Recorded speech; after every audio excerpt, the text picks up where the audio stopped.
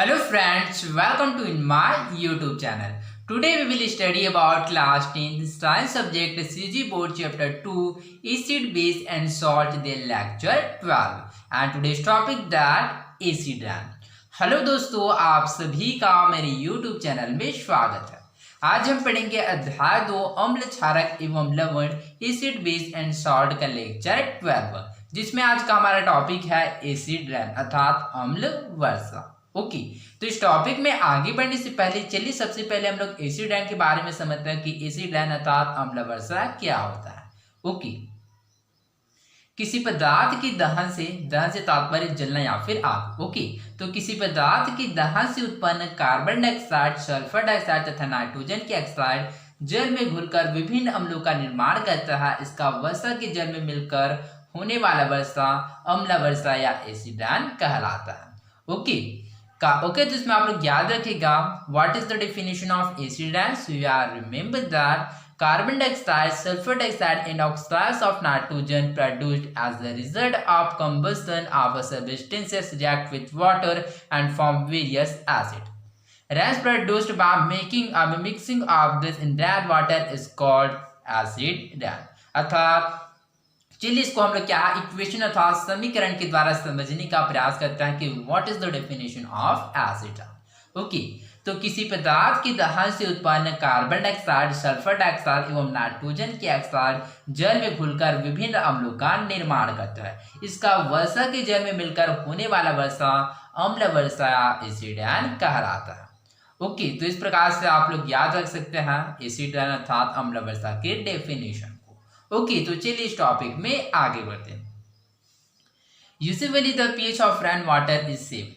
Okay, तो जो सामान्यतः वर्षा के जो जल का पीएच मान होता है वह 7 होता है। But when different gases present in the atmosphere dissolve in air the pH of rain water becomes less than 7। परंतु वायुमंडल में उपस्थित गैसों के विलय होने के कारण उस जल के पीएच मान में कमी हो जाता है, जिसकी वजह से उसका पीएच मान 7 से कम हो जाता है।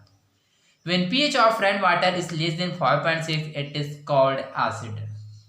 जब वर्षा के जल का जो पीएच मान होता है वह 5.6 से क्या हो जाता है, कम हो जाता है, तो उसे एसिड रेन अर्थात अम्ल वर्षा कहते हैं। तो इसमें आप लोग याद रखिएगा कि जो एसिड रेन की परिस्थिति में क्या होता है, जो इसका जो मान होता है, जो इसका जो पीएच वैल्यू होता है वो क्या हो जाता है, 5.6 से कम हो जाता है।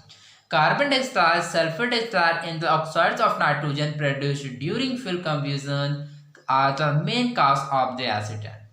ओके, तो इसमें आप लोग याद रखेगा कि अम्ल वर्षा का जो मुख्य कारण क्या है, तो ईंधन के दहन से उत्पन्न कार्बन डाइऑक्साइड, सल्फर डाइऑक्साइड तथा नाइट्रोजन के ऑक्साइड है।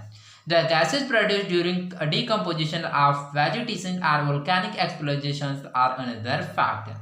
साथ ही वनस्पतियों के सड़ने तथा ज्वालामुखी के फटने से उत्पन्न गैसें भी इसका एक कारण है। This gases dissolve in water to produce carbonic acid, sulfuric acid and nitric acid. तो इस प्रकार से ये गैसें जल में घुलकर बहुत सारे अम्लों का निर्माण करता है, जैसे कि कार्बोनिक एसिड, सल्फ्यूरिक एसिड एवं नाइट्रिक एसिड। ओके, तो जैसे कि यहाँ पर हम लोग इक्वेशन में समझ सकते हैं। Carbon dioxide react with water so produce hydrogen carbonate, this is called carbonic acid. अर्थात जो कार्बन डाइऑक्साइड होता है क्या करता है, वह जल के साथ अभिक्रिया करके H2CO3 हाइड्रोजन कार्बोनेट का निर्माण करता है, जिसको क्या कहता है, कार्बोनिक एसिड कहते हैं। इसी प्रकार से सल्फर डाइऑक्साइड ऑक्सीजन के साथ क्रिया करके सल्फाइड बनाता है। उसके पश्चात सल्फाइड क्या करता है, वाटर के साथ क्रिया करके क्या बनाता है, सल्फ्यूरिक एसिड का निर्माण करता है। उसके पश्चात नाइट्रोजन की ऑक्साइड क्या वाटर के साथ क्रिया करके नाइट्रिक एसिड का निर्माण करता है। ओके, तो इस प्रकार से हम लोग देख सकते हैं क्या होता है, कार्बन डाइऑक्साइड, सल्फर डाइऑक्साइड एवं नाइट्रोजन की जो ऑक्साइड होता है वह वर्षा के जल में घुलकर क्या विभिन्न अम्लों का निर्माण करता है। Okay, acid rainfall damages plants, animals and buildings. Okay, तो ये जो एसिड रेन था जो अम्ल अवस्था होता है, यह पृथ्वी की सतह पर पहुंचकर वनस्पतियों, प्राणियों तथा इमारतों को नुकसान पहुंचाता है। ओके, तो आई होप आप लोगों को समझ आ होगा कि व्हाट इज एसिड रेन अर्थात एसिड अम्ल एसिड रेन क्या होता है। Okay, questions. First, identify the acidic and basic radicals in each of the given salt. NH4 is there, ammonium chloride, KNO3, potassium nitrate, NH4 to CO3, ammonium carbonate and CuSO4 copper sulfate. Okay, तो यहाँ पर question है कि निम्नलिखित लवण में से अम्लीय तथा क्षारीय मूलक को हमको पहचान कर लिखना है। तो यहाँ पर कंपाउंड दिया गया है NH4 जिसको बोलते हैं ammonium chloride, KNO3 potassium nitrate, NH4 CO3 ammonium carbonate एवं CuSO4 कॉपर सल्फेट। ओके, तो जैसे कि हम लोगों को पता है कि एसिड रेडिकल एवं बेसिक रेडिकल क्या होता है, तो आप लोग याद रखिएगा कि जो साल्ट का था, जो लवण का जो क्या होता है, ऋणात्मक भाग अम्ल से आता है जिसको हम लोग एसिडिक रेडिकल कहते हैं, एवं जो साल्ट था, जो लवण का जो धनात्मक भाग होता है वह क्षारक से आता है जिसकी वजह से उसको बेसिक रेडिकल कहते हैं। ओके, तो चलिए इसका आंसर को समझते हैं। ओके, तो चलिए इसको आयन वाइज लिखते हैं। तो सबसे पहले चलिए हम लोग इसका एसिडिक रेडिकल को लिखते हैं। तो इसका जो एसिडिक रेडिकल होगा, ओके, तो चलिए मैं यहाँ पर डिनोट करा। तो इसका एसिडिक रेडिकल होगा वो होगा Cl1 माइनस NO3 1 माइनस, ठीक इसी प्रकार से होगा CO3 2 माइनस एवं SO4 2 माइनस। ओके, तो इस सभी कंपाउंड्स का क्या है, एसिडिक रेडिकल। अब चलिए इसके बेसिक रेडिकल को लिखते हैं। तो इसका जो बेसिक रेडिकल होगा तो वो सब होगा सबसे पहले NH4 प्लस, ठीक इसी प्रकार से होगा K प्लस, इसी प्रकार से होगा NH4 2 प्लस एवं Cu2 प्लस। अर्थात इस प्रकार से क्या है, इस जो कंपाउंड है इसका एसिडिक एवं बेसिक रेडिकल है। ओके, तो आप लोगों के मन में आ रहा होगा, आप लोगों के माइंड में आ रहा होगा कि इस प्रकार से यहाँ पर जो आयन है यहाँ पर 1 माइनस है, यहाँ पर 1 माइनस है, यहाँ पर 2 माइनस है, यहाँ पर 2 माइनस है। ठीक इसी प्रकार से इसका अपोजिट बात करें तो यहाँ पर पॉजिटिव है, यहाँ भी पॉजिटिव, मतलब पॉजिटिव से तात्पर्य 1 है। ओके, यहाँ पर कुछ नहीं मतलब 1। तो इसी प्रकार से यहाँ पर 2 प्लस है, यहाँ पर 2 प्लस है, पर ऐसा क्यों है, तो चलिए इसको हम लोग समझते हैं।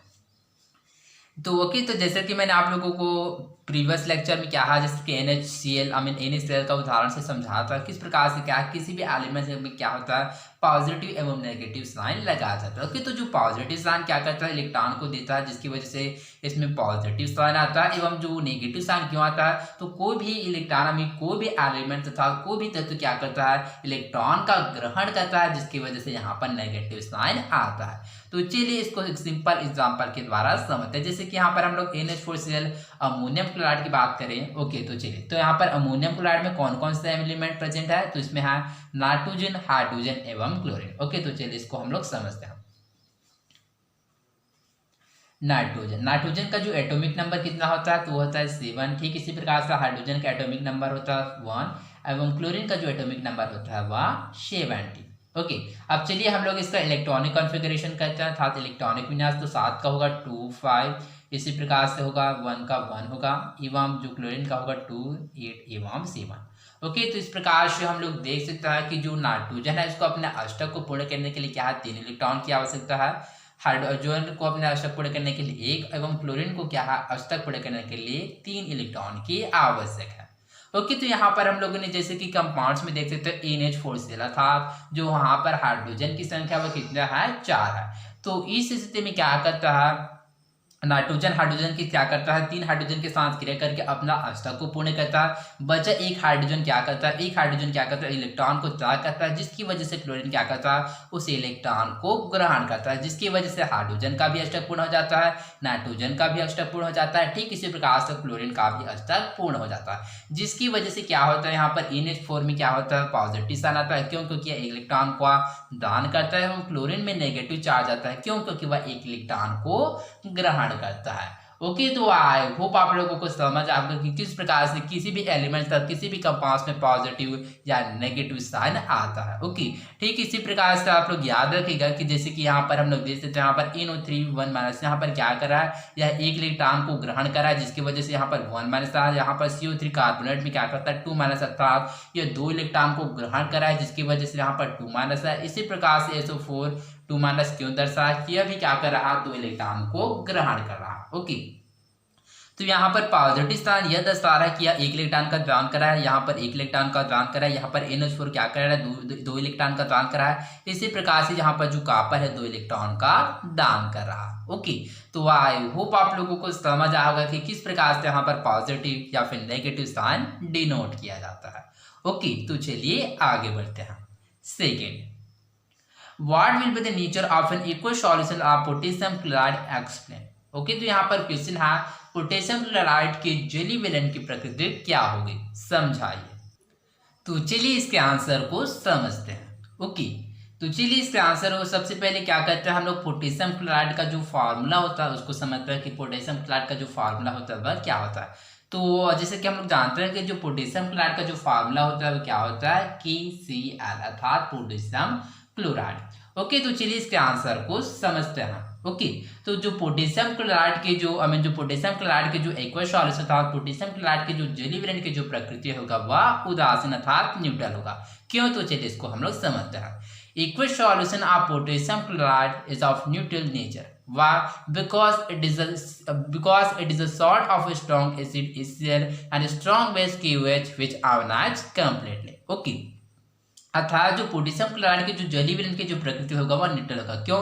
क्योंकि जो पोटेशियम क्लोराइड वह स्ट्रॉन्ग बेस पोटेशियम हाइड्रोक्साइड एवं स्ट्रॉन्ग एसिड हाइड्रोक्लोरिक से मिलकर बनता है। चूंकि हम लोग जानते हैं कि जब स्ट्रॉन्ग एसिड एवं स्ट्रॉन्ग बेस आपस में अभिक्रिया कर जो बनने वाले साल्ट का जो प्रकृति होता है वह न्यूट्रल होता है। ओके, तो इस प्रकार से हम लोग देख सकते हैं strong base potassium hydroxide strong acid hydrochloric acid के साथ अभिक्रिया करके क्या बनाता है KCl अर्थात पोटेशियम क्लोराइड का निर्माण करता है, साथ ही वाटर के मॉलिक्यूल बनाता है, जिसकी वजह से यहाँ पर जो पोटेशियम क्लोराइड का जो नेचर होगा वह न्यूट्रल होगा अर्थात उदासीन होगा। Okay, third, how does excess of carbon dioxide sulphur dioxide and oxides of nitrogen in the atmosphere affect life. Okay, तो यहाँ पर क्वेश्चन है कि वायुमंडल में कार्बन डाइऑक्साइड सल्फर डाइऑक्साइड तथा नाइट्रोजन के ऑक्साइड की अधिकता जल जीवन को किस प्रकार से प्रभावित करता है। ओके, तो चलिए इसका आंसर को समझते हैं। When the amount of carbon dioxide, sulfur dioxide and oxides of nitrogen increase, then all these oxides dissolve in water to form inorganic acids like hydrogen carbonate, H2CO3, as well as we looking in this particular of the equations. Sulfide thus means sulfuric acid, as well as that is also produced of HNO3 thus means nitric acid. Okay, अर्थात जब वायुमंडल में carbon dioxide sulphur dioxide तथा nitrogen के oxide की मात्रा बढ़ जाता है तो ये सभी ऑक्साइड जल में घुलकर अकार्बनिक अम्लों का निर्माण करते हैं, जैसे कि हाइड्रोजन कार्बोनेट, सल्फ्यूरिक अम्ल एवं नाइट्रिक अम्ल। ओके, तो इससे क्या होता है इसे ओके, तो जैसे कि हम लोग इस इक्वेशन में देख सकते हैं हम किस प्रकार से आपस में अभिक्रिया करके बहुत सारे अम्लों का निर्माण करता है। This is known as acid rain. Okay, तो इसको क्या कहा जाता है, इसे अम्ल अवस्था कहा जाता है। It rates the earth and harms the plants animals and movements monuments due to acid rain milky colour of the plasma is fade. Along with it, carbon dioxide, sulfur dioxide, and nitrogen oxide produced air pollution by which respiratory disease and cause. अर्थात जो यह पृथ्वी की सतह पर पहुंचकर वनस्पतियों, प्राणियों तथा इमारतों को नुकसान पहुंचाता है। अम्ल वर्षा के कारण तापमान का दूधिया रंग धूमिल हो रहा है। इसके साथ ही साथ कार्बन डाइऑक्साइड, सल्फर डाइऑक्साइड एवं नाइट्रोजन के ऑक्साइड वायु प्रदूषण उत्पन्न करता है, जिससे श्वसन संबंधित रोग उत्पन्न होता है। ओके, तो आई होप आप लोगों को समझ आया होगा कि व्हाट इज कॉल्ड एसिड रैन अर्थात एसिड रैन अम्ल वर्षा क्या होता है। तो आज के लिए बस इतना ही, मिलते हैं अगले वीडियो में। धन्यवाद।